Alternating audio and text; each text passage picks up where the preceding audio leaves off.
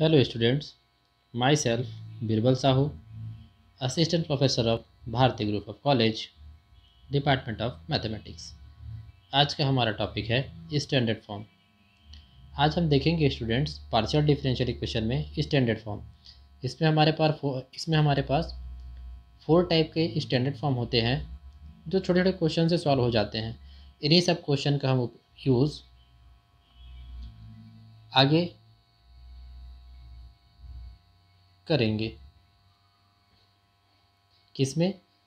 Homogeneous and non homogeneous partial differential equation जो आगे पढ़ेंगे स्टूडेंट, है ना, उसमें हम क्या करेंगे, इन्हीं सब स्टैंडर्ड फॉर्म का यूज़ करते हैं। तो चलिए आइए देखते हैं आज हम स्टैंडर्ड फॉर्म के बारे में क्या बताता है ये स्टैंडर्ड फॉर्म, है ना, और इसके क्वेश्चंस को देखते हैं। ठीक है स्टूडेंट्स, तो आइए स्टार्ट करते हैं स्टैंडर्ड फॉर्म। किसमें? पार्शियल डिफरेंशियल इक्वेशन में। ठीक है स्टूडेंट्स, देखिए स्टूडेंट्स, ये है आपके पास first standard form. Last classes में हमने लैग्रांजेस लीनियर डिफरेंशियल इक्वेशंस के बारे में पढ़ा था, उसके क्वेश्चंस मैंने कराए थे आपको। ठीक है, वो क्वेश्चंस आज कंप्लीट हो चुका है ना। लास्ट क्लास में मैंने उसको कंप्लीट करा दिया था। आज का हमारा नया टॉपिक है स्टैंडर्ड फॉर्म।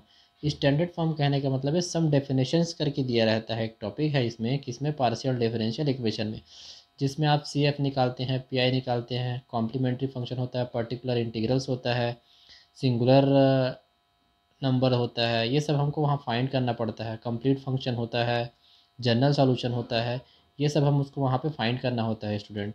तो उन्हीं सब में क्या आता है, ये उन्हीं सब में स्टार्ट होता है ये स्टैंडर्ड फॉर्म। अब इसी का यूज़ हम आगे करेंगे homogeneous and non homogeneous partial differential equation, partial differential equation with constant coefficient में हम इसको यूज़ करेंगे, होमोजेनियस के लिए भी और नॉन होमोजेनियस के लिए भी। इसीलिए आज हम क्या देखेंगे, आप स्टैंडर्ड फॉर्म देखेंगे। तो फर्स्ट आपको दिया है ये स्टैंडर्ड फॉर्म फर्स्ट करके।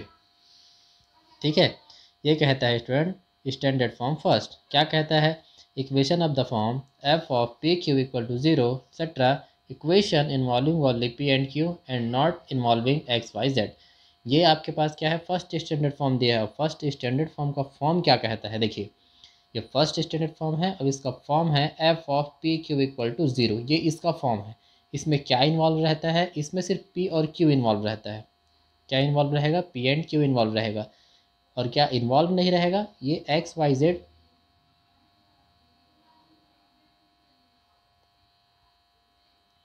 जो हमारे पास वेरिएबल रहते हैं स्टूडेंट्स, एक्स वाई जेड, वो यहाँ पे क्या रहता है, वो यहाँ इन्वॉल्व नहीं रहता।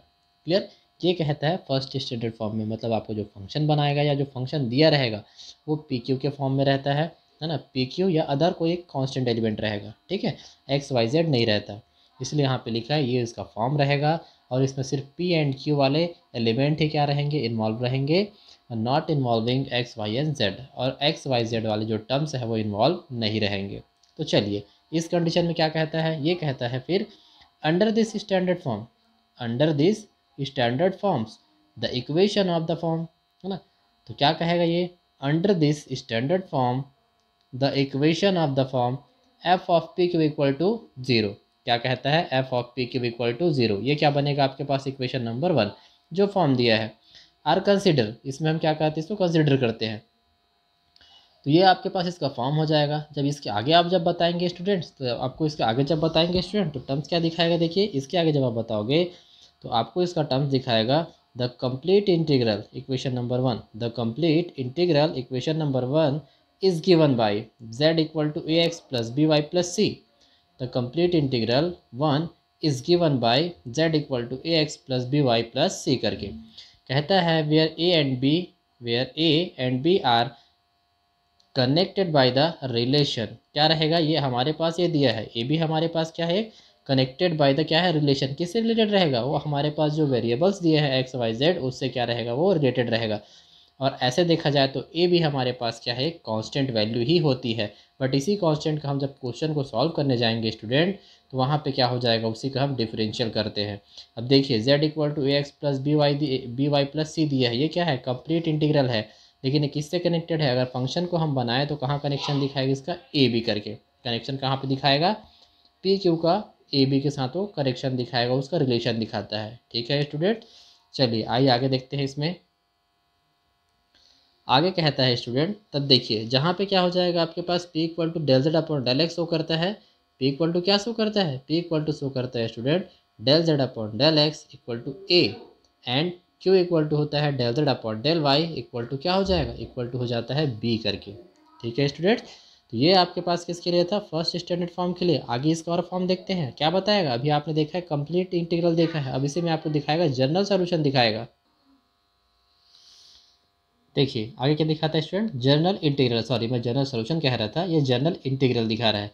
कहता है the general integral taking c equal to psi a, taking c equal to psi a where psi is a arbitrary function, where psi is a arbitrary function. क्या कहता है, z equal to a x plus Sai,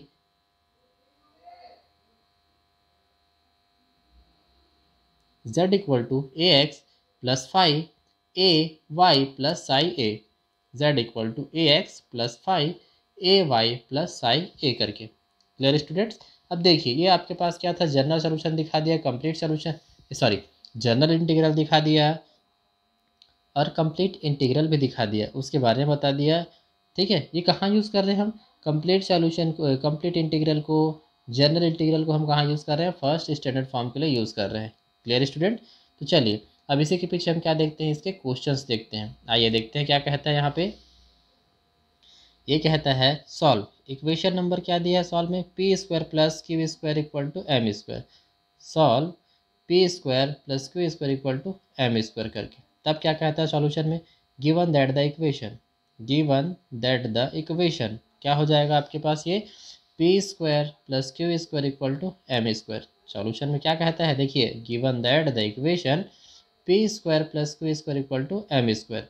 अब ये जो दिया हुआ equation है इसमें सिर्फ क्या दिया है, पी एंड क्यू दिया है, साथ में एक्स वाई है क्या, एक्स वाई वाला टर्म्स नहीं है। कुछ क्वेश्चंस पे रहेंगे स्टूडेंट एक्स वाई, उसको आपको हटाना पड़ेगा। तब कहता है ये हो जाएगा the given equation is an, the given equation is in standard form first.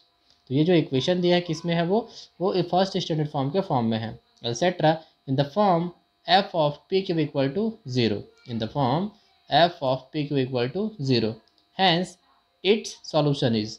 तब इसका सॉल्यूशन क्या बनेगा, ये जो आपके पास इक्वेशन दिया है ये इक्वेशन किसके फॉर्म में है, आपने जो स्टैंडर्ड फॉर्म देखा है उस स्टैंडर्ड फॉर्म में है। कैसे, क्योंकि आपका फर्स्ट स्टैंडर्ड फॉर्म क्या कहता है, उसमें सिर्फ पी और क्यू ही एलिमेंट रहते हैं, तो यहाँ सिर्फ पी और क्यू ही एलिमेंट है स्टूडेंट। ठीक है, तब हम क्या लिख सकते हैं, इसका फॉर्म क्या होगा, इसका फॉर्म हो जाएगा p of f of P Q equal to zero. क्या हो जाएगा, f of P Q equal to zero.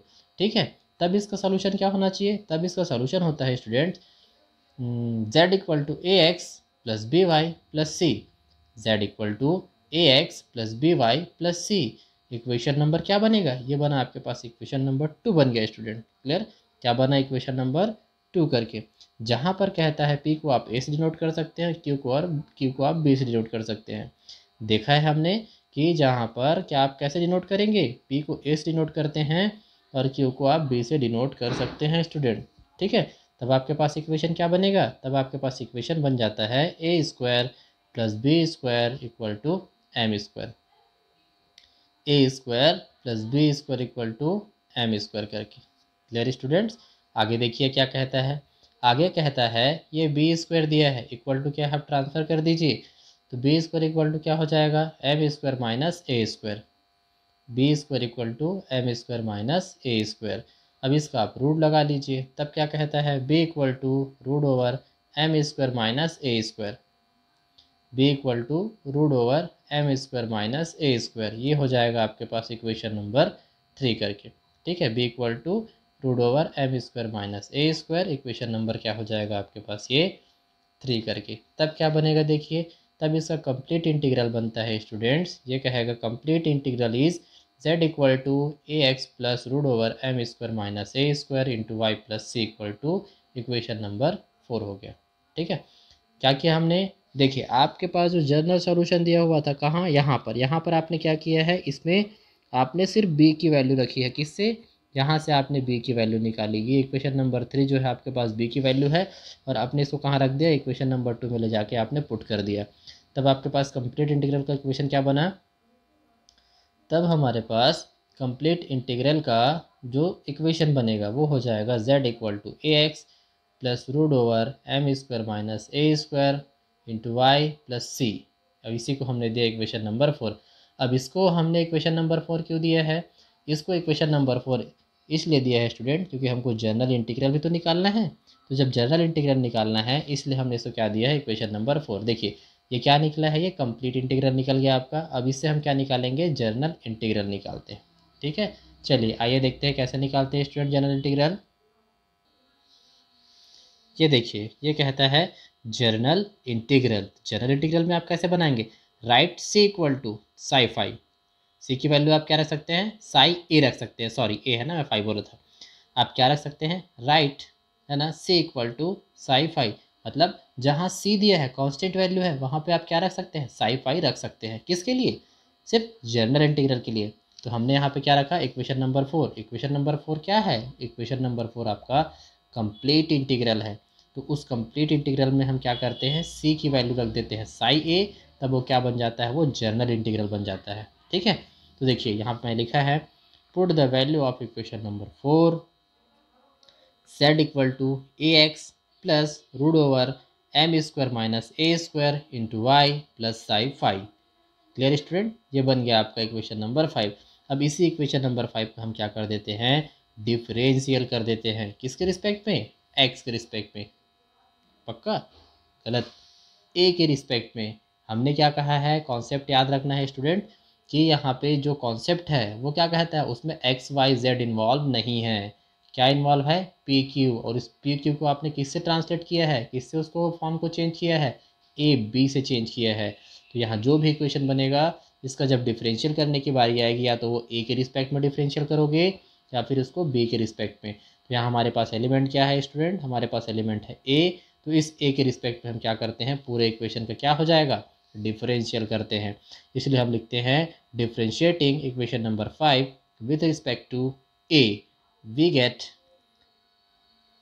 अब देखिए डिफरेंशियल करेंगे तो z की वैल्यू क्या हो जाएगी, 0। 0 क्यों हो जाएगी, कांस्टेंट वैल्यू है, कांस्टेंट का डिफरेंशियल क्या होता है, 0 होता है ना। तो z यहाँ पे कांस्टेंट बन गया तो हो जाएगा 0।